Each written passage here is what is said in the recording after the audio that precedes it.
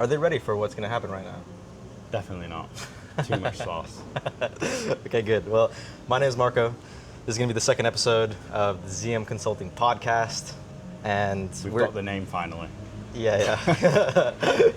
And what we've accomplished in the past 6 months is that we've collected over 500,000. I really think that it's more like 650,000 for all the fitness coaches that we worked with. But this is my business partner, Zidane. Nice to meet you all.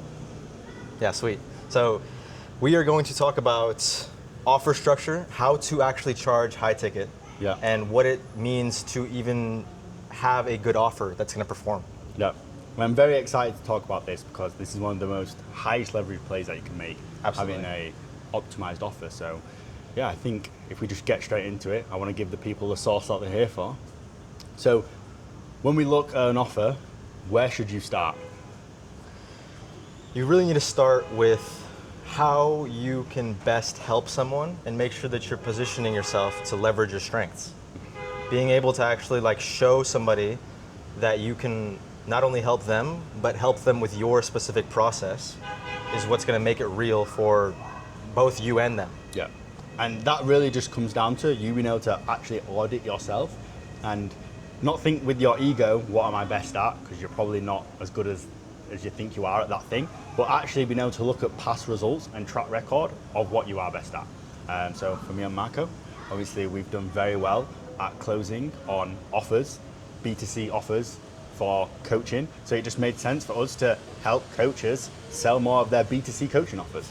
Yeah, it's funny how that works, right? But I think if you start practicing what your craft is, then your offer will start to develop naturally. And it's super important that you are super fluid with what you actually do, because you will learn along the way and your offer will become better. As long as the outcome is pretty similar and you tailor that to what your ideal customer wants, then your offer becomes whatever you want it to be. And I think that the most important part of an offer is that there is an outcome. There is an actual time set out to when that outcome is going to get achieved.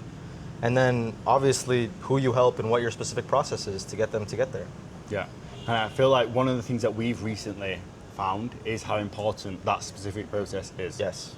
Yeah, because you want to get people to be curious about what it is that you do, right? It's very difficult to stand out in the market nowadays because everyone's doing like very similar things. Everyone helps the busy dads 9 to 5 lose weight. Yeah, I help average guys turn into Superman.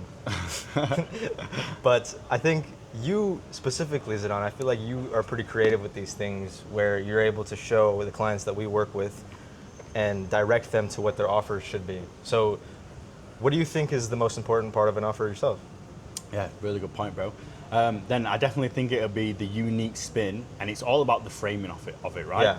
So if your perception. offer, perception. So if your offer is that you help 9 to 5 dads lose weight, that does not sound as good or entice me to pay $5,000 for a year program compared to I help 9 to 5 dads reclaim their younger years and feel like Superman again. Right. You know, that's like so much more powerful because reclaim your younger years. It's like, wow. If someone said you've got to pay $5K to lose fat, well, okay, I could probably do it myself. That was so good, by the way. I saw that like thinking, and he thought of it on the moment. But Yeah, that's a promise statement, right? Yeah. And so the ability that I feel like you do show our clients like so good is to be able to actually show that on a call, like show that to somebody that that's real. Mm-hmm. Yeah.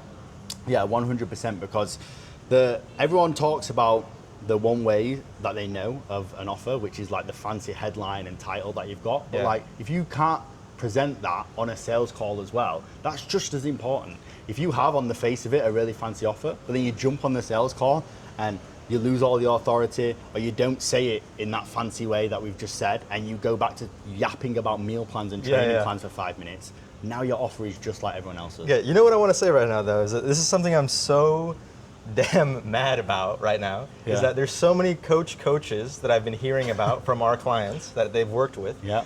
And because that they are a level ahead of them, they sound smart, right? So when we're talking about offer or we're talking about content, there's so many tidbits that are flying around everywhere that are good principles. Post talking head content to build trust. Yeah. Bro, if my mom had a day to prepare to tell me how to do my business, I imagine that's what she would tell me, Yeah. right? So when you have somebody who is giving you advice, just be mindful, right? Is like maybe have your own questions a little bit. I've always been a curious guy in school, right? Yeah. And in school, for example, or even like when figures in my life when I was growing up would tell me to do things, I'd always ask why. And if somebody doesn't give you a good enough reason why, then you need to leave. Yeah. You need to stop listening to that person because they obviously just know, they think they know a chapter ahead of you and they're trying to teach you something. So what I'm getting at is that I've hopped on so many calls recently where people have been asking me like, what is it that you're gonna do? How are you gonna help me? And the offer is what we begin to help them with. Yeah. Because you need to know not only the offer promise statement that we just talked about, Yeah. but this ability to convey to your clients that they will get to that desired outcome. What do you feel like is like so important to, like how do you get to know what somebody's desired outcome is? Really good question, bro. Yeah. I think first of all, then you need to actually understand their situation, Yep. and the best way to do that is to have like really lived through it. So ideally, your clients that you're targeting should be like younger versions of yourself, or when you were going through your biggest struggle period, that the same things they're experiencing are what you were experiencing. So again, if we use ourselves as an example, when we were struggling when we first started out as closers, it was because the offers that we were closing on weren't good. The ads or the content on the offers weren't good. The frameworks that we were provided with weren't good. The leads weren't good. So we know what it's like to be trying to sell an offer and it not performing. And that allows us to resonate with our clients and resonate with our audience, so that when we speak to them, when we make content, when we talk to them, they understand like, oh shit, these guys actually do get us because they've been there and lived it. Yeah. I feel like the whole idea of a desired outcome is another example of a piece of advice that can be simple to give, right? Yeah. Like, oh, speak to somebody's desired outcome. Very basic idea. But the idea of actually getting into the deep root of how long has that been their desired outcome? What is the reason for that to be their desired outcome? Yeah. All these little things tying together is what allows you to be this all-around aware influence on your clients so that they see like, holy shit, this guy actually knows exactly what I want. Yeah. Like he knows, he gets it. Yeah. So I feel like being in closing, like Zidane closed me to come to here in Thailand, right? Everything is a close. Everything is closed. You didn't actually have to hard sell me though. Yeah. You know, my desired outcome was that I wanted to get out of the situation that I was in, and I saw the life that you were about to live, and I wanted a piece of that. And there was very little influence other than you encouraging me to follow my path and to keep going, Yeah. and I just closed myself. Yeah. And so many times, I've been hopping on calls recently, and it's been a long time since I've taken 5 calls back to back a day, you know? But recently, I have been having many calls in the day, and I'm starting to get my groove back. I'm starting to understand sales again outside of reviewing all of our clients' calls. And my offer when I speak to these guys is always exactly what they want to hear. And I'm not saying that I'm getting it right every single time. I'm sure I'm messing up plenty. But like, it is so good to be able to speak to somebody to what they want because I'm not trying anymore. I realize that they need me probably a little bit more than I need them. And because of that, it gives me the confidence in my offer and the results that I've created with you. And now, since we have undeniable results, our offer is so easy to sell. Yeah. You know?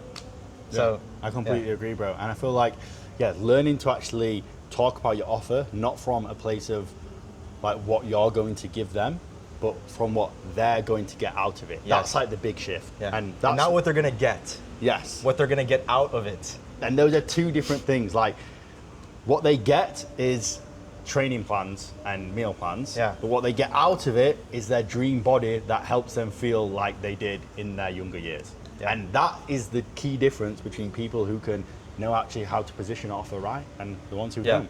Because the offer is something that you can claim as like, that is what's gonna be your pitch Yeah. on your sales call. Yeah. Even in your conversation, right? So imagine a fitness coach, probably you watching this, is getting on your sales call and you're going, I'm gonna be making you a custom meal plan, making sure that you can enjoy all of your foods and still get to that outcome that we talked about. I imagine that you're not even doing it that depth. You're just saying like, we're gonna lose 10 pounds eating the things that you want. And then you say the accountability, right? You say the custom training, maybe a handful of other features of your program, and you didn't listen to anything that they said for 30 minutes. Yeah. Okay? Or you could do it the right way, in my opinion, and what we've seen have success in not only our business, but for all the other coaches that we've worked with, which is just pay attention to what they've said. They're gonna tell you exactly what they've been struggling with. You can now claim in your offer that you are going to make them not deal with that anymore. And then their desired outcome, which is what you're gonna position is the actual end goal of this entire program. Yeah. As long as those two things are covered and there's a bridge established between where they wanna go and where they get to, your offer is perfect. Yeah, completely agree. And the thing that you said right there about the claim is what, to expand on that, like think of your offer as like, it needs to be like really bendy and malleable and you need to be able to like wrap it around anything at all. Yeah. So it's like, if a fitness coach comes to me and I could, for example, if my offer was I scale fitness coaches with ads and an appointment setter, and a fitness coach came to me and he was like, his number one bottleneck is I can't go viral and I can't grow my content. I'm not going to turn him away and be like, oh no, sorry, that's not me, that pain point's not me. No, I'm gonna frame my offer as well as like, okay, well, part of the system that you get with the ads and the setter is a detailed story plan and content plan. That means you never have to worry about what to post. You're always 3 steps ahead. And because we use a unique mechanism of whatever unique mechanism I want to say at that time. Now, way easier when someone's telling you all of their specific things to make it like into what they need to hear. Yeah, literally. Now it doesn't matter that my offer is setter and ads for fitness coaches. Yeah. Because he needs content and my offer's malleable and I know how to explain it that way. The offer's perfect for Yeah. it. And you know what's actually like what I wish that I would have known when I started sales, and I can't believe I've just recently learned this after being in the game for so long, but like you trying to sell something, you will trip yourself up. That other person will be like turned off by the idea of you having as many features as you do in your program. Yeah. Because now what I've been doing is I don't need to sell shit.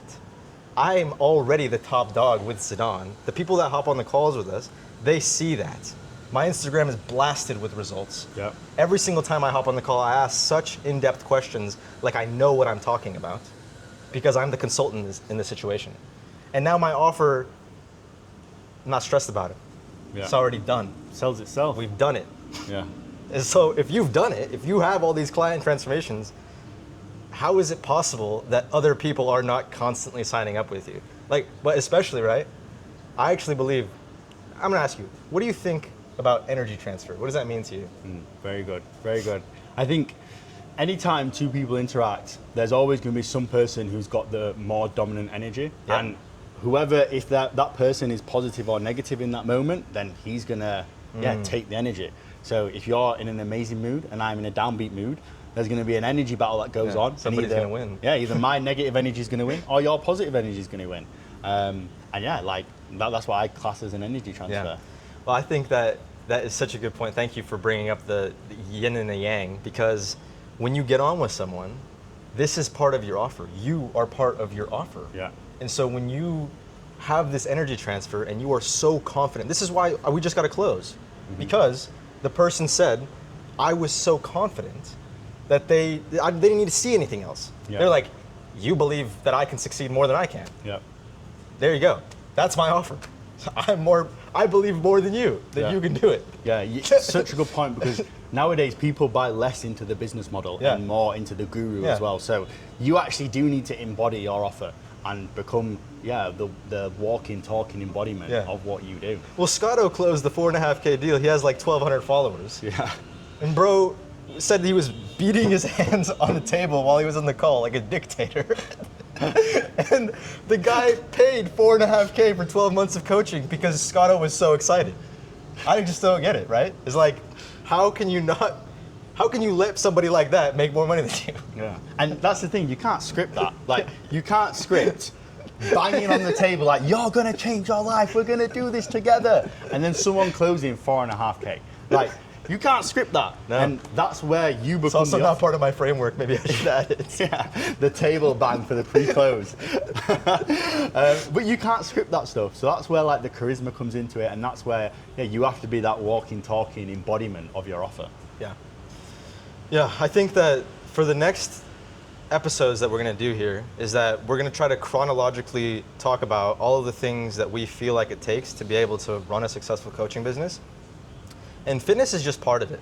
Like if I could tell you the truth right now, I don't think that we're going to be in fitness long. So if you're thinking about working with us, you better start, because we're going to outgrow this industry. And the reason why I say that is because all of it is the same. Like everything we just talked about, you can see how this translates into even outside of business. Yeah. Energy transfer and just making something sound like somebody wants to hear. Because business is just self-development. Absolutely. That's all it is. So when you self-develop to a certain level, you've now got a new baseline. Yeah. And whether it's selling windows, selling fucking dogs, it doesn't matter what it is. We can just perform in that business because, like you said, it is energy transfer. It is positioning. It is just the charisma you've got. Yeah. And that's why I think that we've been able to have so much success for so long, because we were making other people millions of dollars a year while we were only collecting 60, 70K for ourselves. Yeah. But we were able to, you've sold on how many offers now in your life, you think? It'd be only 4, yeah. Okay, still that's quite a bit. And the reason that matters is because you have to think about 4 completely different offers, completely different industries, different customers, different problems and goals.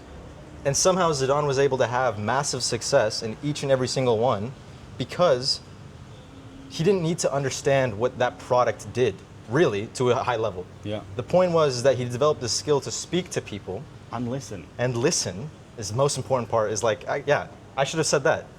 Listen to people. So that the offer became exactly what they needed in the moment. Yeah. 100%. So, literally whatever it could be, I think, let's say if it's fucking doors, you're selling doors. You need to, if the person has got a pet, then you need to say that, these doors are pet resistant and they won't scratch the fucking door, or just something. Speak to them specifically. And again, I've just thought of that off the fly, but that's probably what I'd say if I was... That's why that was an example of speaking, because that was no, I'm just joking. if he was to listen, maybe if I was buying the door and I had told him about how annoying it was that my pet was scratching the door, then Zidane wouldn't have said about how this door hinge is super exclusive and made out of gold. It doesn't matter, because I want the pet resistant door. Yeah. Pet D-Scratcher 9000. So now that we know what makes a good offer, we are going to get into, what do you think, topic-wise, that people can expect us to talk about in the future, that chronologically in order takes to sell $50,000 worth of coaching a month? Really good question. I think the next thing we will speak about has to be fulfillment, because if we start talking about sales first and you guys watching make a bunch of sales, but your fulfillment is shit, all your clients are going to go down the drain, your reputation is going to be ruined. So once you understand your position in the marketplace, it's position in the marketplace at the front, back end fulfillment, and then marketing and sales process, everything in between, that can come at the end. Okay, good. Well, I'm actually really glad he said that. I didn't know he was going to say that, because that idea of fulfillment is so many things involved inside of it, like managing your own team, having your own systems built out so that you can handle flow. And then this idea of reputation is such an important idea, because you need to be aware 2 weeks, 3 weeks, 4 weeks always ahead of your business, of who's going to be signed up, whose plans are going to be ending, and planning ahead so that you can prepare for more clients or to fulfill your clients at such a high level that they multiply. Yeah. Completely agree. So, fulfillment, next episode, it's going to be super sauce. And I think the main thing we're going to try and get across, the 3 R's of coaching, which is results, which you only get from good fulfillment, and then those results will lead to referrals and renewals. So 3 R's of coaching is what we will jump into next time. Okay, sweet. Well, we're both on YouTube, social media. This is probably going to go on YouTube. So keep following along the journey. Whatever questions you have for us, always don't feel afraid to reach out. Obviously, we're never going to try to hard sell you on anything.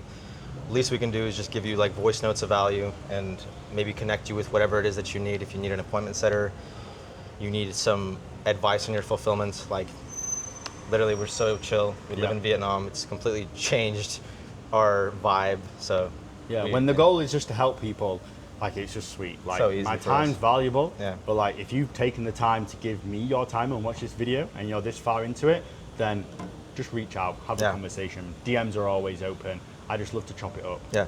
Comment whatever you want to hear about next. If you have any specific questions about content that we can make, we obviously need like direction. We're just yapping about what we think is what people need. Yeah. What our clients need. This is what the people want. This is what the people I know want. they're like Scotto behind the camera right now, banging. Fulfillment, episode 2, give it me, let's go. Double-handed.